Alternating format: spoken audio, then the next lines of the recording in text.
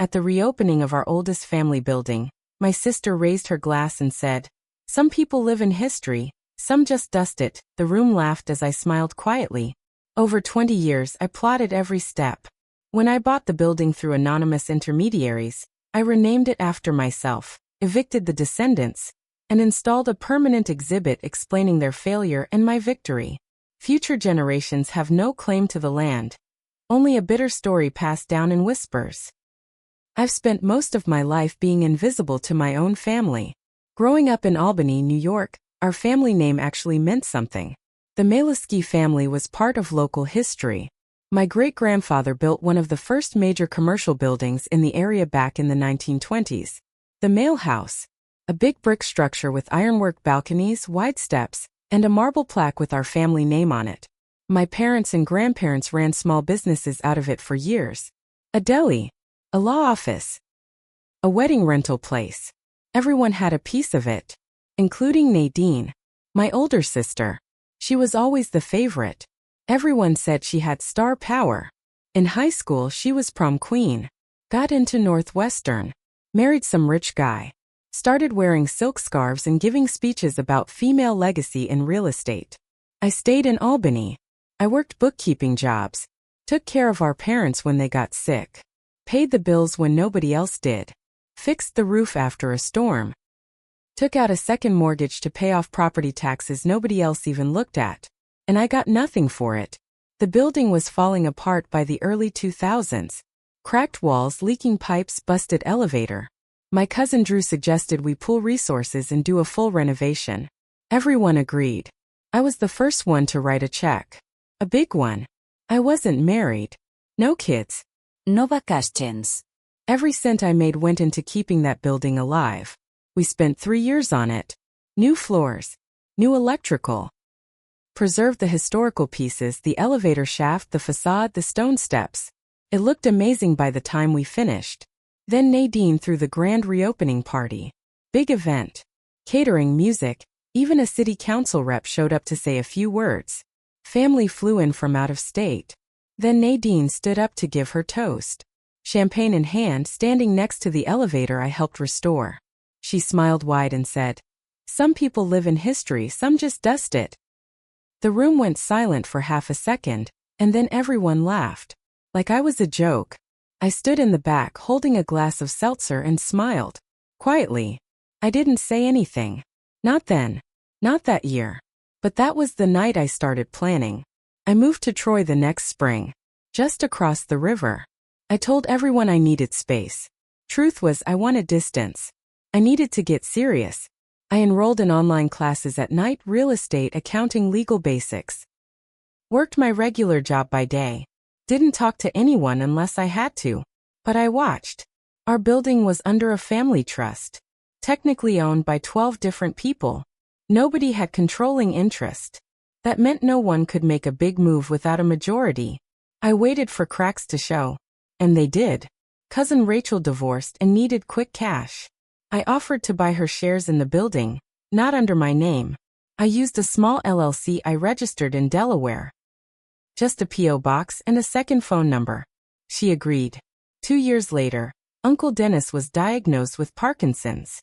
He needed money for treatment. I made him the same offer. He took it. One by one I picked them off. Quietly. Always with a different LLC name. Always paid cash, clean and legal. I let Nadine think she still ran the place. She added her husband's name to hers, became Nadine Mail Westwood. Did interviews with architecture blogs. Gave talks at preservation meetings. Bragged about how the building was a legacy of vision. She even mentioned me once in a Facebook post. My little brother helped fix the roof. Like I was some handyman. She had no idea I already owned 40%. By year 15 I hit 61%. That was the magic number. The next part was timing. I waited until she got cocky. She wanted to turn the second and third floors into a boutique hotel. Started drawing up plans. Reached out to design firms. Talked about putting her own name on the elevator plaque. She called for a family board meeting in April. That's when I made my move. I brought in paperwork. Copies of every sale, every agreement. Legal documents showing that the majority interest had changed hands, that the board was no longer valid. Everyone stared at me. Even Drew, who I thought had figured it out. Nadine was already annoyed the meeting was running late. Then I stood up and said, as majority owner, I'm voting to dissolve the trust. Ownership is transferring to Sovereign Trust Holdings. She laughed. Who the hell is that? I handed her the papers. She went pale when she saw my signature. You're lying, she said. No, I said. I'm just done playing your game. Within weeks, the building was emptied. I offered small relocation bonuses to the last few relatives still using office space. They took it. Quietly. Just like I had all those years. Then I renamed the building. The Harlan Exhibit. Harlan is my middle name. Nobody in the family even remembered it. I didn't gut the building. I restored it more. Made it better. Every room curated. Every floor set up like a museum. The first thing you see when you walk in is a blown-up photo from that grand reopening night, the moment Nadine gave her speech. Mid-toast. Big smile. Underneath is her quote. Some people live in history, some just dust it. Then under that, in bold. This quote marks the end of a legacy built on silence, entitlement, and erasure. What was once inherited is now earned. History remembers the ones who stayed. The tour guides mention her name once. Just once. She's not even in the brochure. She tried to sue me. Lost. Now she leads walking tours for tourists and retirees. Every few days she passes the building. Some people say she avoids looking at it. Others say she stops and stares. Either way, she doesn't go inside. She can't. Her name's not on it anymore. But mine is. A few months after the building reopened as the Harlan Exhibit, the first real backlash hit me. Not from Nadine. Her lawyers had already burned through every trick they had. The lawsuits failed. She even tried claiming emotional damage, which the court laughed at. No, the real trouble came from someone I didn't expect. My Aunt Colleen. She'd always been quiet. Soft-spoken, the kind of person who hosted Thanksgiving but never picked sides. She was one of the few relatives I had a little respect for. She didn't cheer when Nadine made that toast years ago. She just gave me a sad little smile from across the room. I thought she understood. Turns out I was wrong. She showed up uninvited on a Tuesday afternoon, about 2 weeks after the exhibit opened to the public. I was in the upstairs office reviewing lighting layouts when security buzzed me. It's your aunt, they said. She says she's here to talk. I almost told them to turn her away, but something told me not to. Maybe it was curiosity. Maybe guilt. So I met her downstairs. She was holding a manila folder. Thick. Old. I figured out it was you, she said. Took me a while. I didn't say anything. She opened the folder and laid out a set of old deeds, documents from the 1930s through the 1970s. Property transfers, loans, letters. One stuck out. A handwritten agreement between my great-grandfather and his business partner at the time, a man named Reuben Halley. The Halleys had married into our family for a brief generation before fading out. That building was never fully ours, she said. We held 75%. Reuben's family held the other quarter. And when he died, his share passed to his only grandchild. She looked up at me. That grandchild is still alive. The room felt suddenly cold. You're telling me someone else has a claim? I asked. She nodded. A woman named Eliza Halley. Lives in Rochester. Keeps to herself. But she's sharp. And she's already been contacted by Nadine. I wanted to punch a wall. I didn't yell. I just walked back upstairs, shut the office door and stared at the ceiling. I thought I'd checked everything. I combed through records. I paid for legal searches. No one said anything about Reuben Halley. No one even mentioned a Halley heir. I called my lawyer that night. He confirmed it. There was a buried clause in the original land records from 1924. Reuben's 25% was never properly bought out. It had just been assumed by the Maliski family for decades. It wasn't binding yet. But if Eliza Halley filed the right kind of lawsuit, with Nadine backing her, she could trigger a partition claim. That meant they could force a sale of the property unless I bought her out, or settled in court. I had two options: Pay Eliza Halley off quietly and heavily. Risk the court battle, which could reopen everything Nadine had just lost. I didn't panic. I got in the car and drove to Rochester the next morning. Eliza Halley was nothing like I expected. She lived in a modest brick duplex. Late 60s. Wore jeans, a sweatshirt, no makeup. We sat on her porch, just the two of us. She had an old dog, a mutt named Buckle. He laid across her feet the whole time. I figured someone would come eventually, she said. I've known about the building since I was a kid. Why didn't you ever say anything? I asked. She shrugged. Didn't see the point. Family didn't want me. I didn't want them. I grew up with a mother who drank and a father who hit. I figured whatever that building was, it wasn't mine. I handed her the offer. $250,000 cash. No legal battle. She'd give up all claims and never speak of it again. She didn't even look at the envelope. Instead, she leaned forward and said something I'll never forget. Nadine said you erased history. You know that. I didn't respond. She showed me pictures of the gallery. Told me you put her on display like a failure. She is a failure, I said. She treated me like garbage for most of my life. I gave everything to that building, and she mocked me in front of our entire family. She's a narcissist, Eliza replied. I believe that. But let me ask you something. You built your legacy on destroying hers. That makes you what? I clenched my jaw. I left her the envelope. I told her she had a week to decide. That week, the exhibit was vandalized. Spray paint on the front doors. Blood doesn't make you better. Security footage caught nothing. Cameras had glitched out, which I found suspicious. The next day, local papers ran a story titled, "The Mail House Battle. One Family's Collapse, One Man's Takeover." Nadine had given a new interview. She called the gallery a monument to ego, and accused me of stealing history and rewriting it to fit his bitterness. The twist. She didn't ask for the building back. She said she wanted the whole thing torn down. A historical landmark. Demolished. Her logic? If it no longer serves truth, it shouldn't stand. She was playing a new game now. And I had a feeling she wasn't finished. Eliza hadn't called me back. The week deadline passed. And then, a letter arrived at my house. Typed. Simple envelope. Inside, one sentence. If you want peace, you'll have to earn it. No name. No return address. But I recognized the typewriter style. It was from Eliza. And whatever came next, it wasn't going to be quiet. 3 days after I got Eliza's note, I received a certified letter from the Albany Historical Preservation Board. They were reopening the building's historical designation review. That hadn't happened since the 80s. And guess who filed the complaint? Nadine. She was claiming that I had altered the building in ways that erased original heritage, specifically citing personal bias and inflammatory exhibits targeting former family members. She used quotes from the gallery against me. A legacy built on silence, entitlement, and erasure. Her petition said that kind of language violated the city's guidelines for preservation under public trust, and she claimed my renovations were self-serving performance art. It was nonsense. The building wasn't a public site. I'd kept the historical structure intact.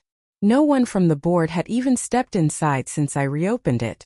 But she was playing a different game now, public sympathy. And the more she played the victim, the more people started to listen. Local bloggers picked it up.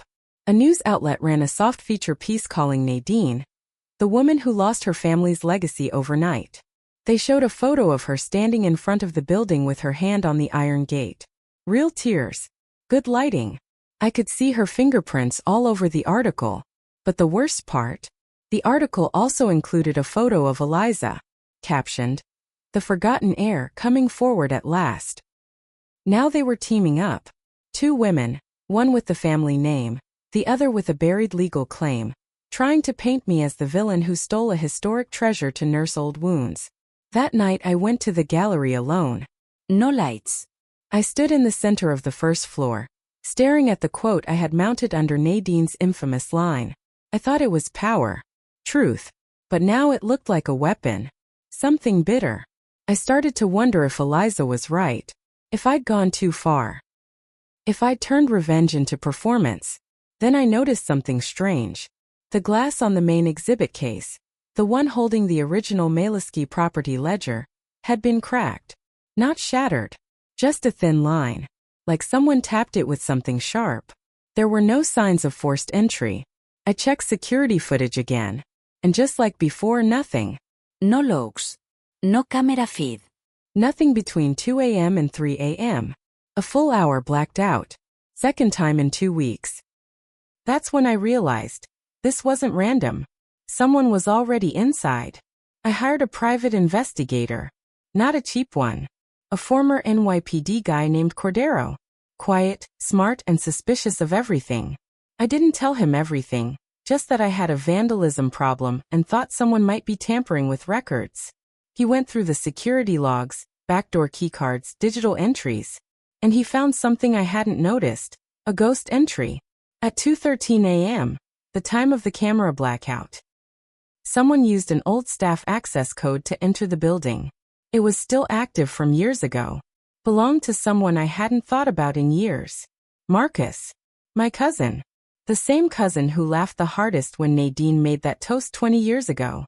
The same cousin who sold me his shares without a second thought 5 years ago. I thought he was out of the picture. But apparently he never left. Cordero found him working part-time at a construction supply yard.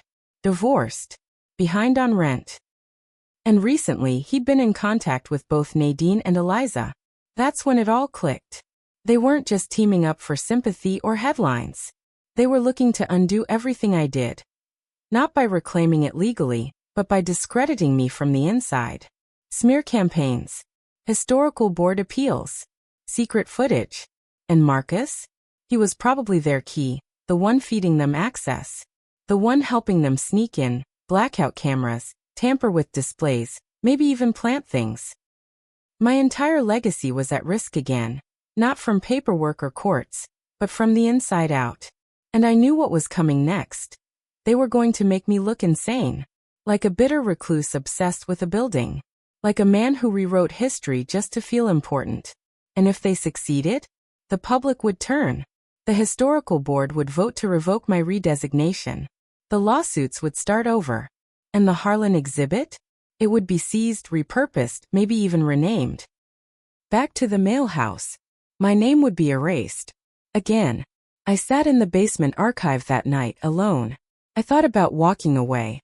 I had the money. I could move to the coast. Start over. But as I looked around, the old papers, the wood beams, the photos of our grandparents, I remembered every small thing I gave up. And every small humiliation they thought I'd forgotten. I whispered out loud. They want history? I'll give them the whole damn thing. And that's when I decided. I wouldn't just fight back. I'd expose them. Every lie, every backroom deal, every family secret they buried to keep their names clean. If they wanted a war, I'd finish it. I didn't sleep that night. By sunrise, I had a new plan. Not one fueled by pride or even the building. This wasn't just about preserving my win anymore. It was about truth, the whole ugly thing. Not the clean version people used to tell at holidays. Not the whitewashed version Nadine fed to newspapers. I was done protecting the family name. I went to the old storage unit I kept in Cohoes. Not many people knew it existed. Inside were 5 boxes I hadn't opened in years, full of documents I saved from my grandfather's house before it was cleared out.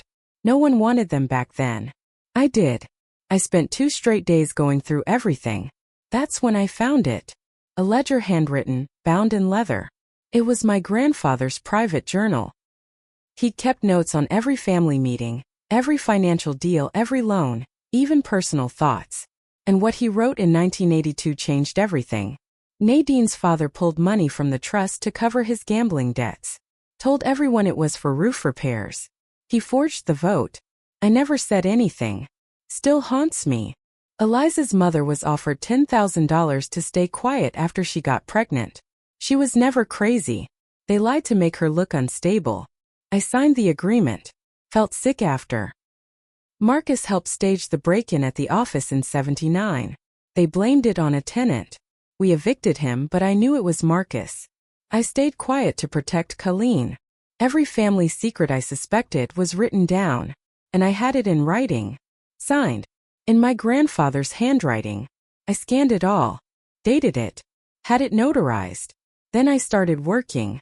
The first thing I did was contact a friend of mine at the Times-Union, Albany's biggest paper. I gave him a single-page summary of what I had, no names yet, just hints. Family corruption. Forgery. Silence money. Local landmark scandal. He bit instantly. Then I reached out to the Albany Historical Board. I submitted a formal rebuttal to Nadine's complaint, but instead of a legal argument, I gave them a package titled, What They Never Told You About the Mail House. Inside was a copy of my grandfather's ledger. Every dirty secret, neatly marked. The day they opened the envelope, I called Eliza. I told her calmly, "You're going to want to sit down for what happens next." By the end of the week, the paper ran a front-page feature titled, The Ghosts of Mail House. A family's hidden past comes crashing down. They printed direct quotes from the journal. Highlighted financial fraud, trust violations, family betrayals. Nadine's quote about history was printed again. This time, right next to the revelation about her father's gambling theft. Colleen's silence money was mentioned in connection to Eliza's mother, who had been locked in a mental institution for a decade based on made-up statements. Marcus's break-in, connected to a man who later died homeless. Public sympathy for Nadine collapsed overnight. People started calling her a fraud, a manipulator, a historical liar. Even her walking tour company dropped her. Her face was scrubbed from their website. Eliza tried to backpedal, claimed she never knew about any of it. But I had phone records from her calls with Marcus, and they leaked. And Marcus? He got arrested. Turns out Cordero, my PI, followed the money trail and caught him trying to sell old mailhouse documents to a collector, ones that had gone missing from the gallery. The police charged him with theft and trespassing. It made the evening news. And me? I stepped into the spotlight, not because I wanted fame, but because it was time. I gave a short press conference outside the Harlan exhibit. No big speech. Just facts. I told the truth about the years I gave, the mockery I took, and the reason I stayed silent for so long. Then I pointed to the building behind me and said, "This is no longer a monument to a family. It's a record of what pride and silence can destroy. And now it belongs to the story, not to the bloodline."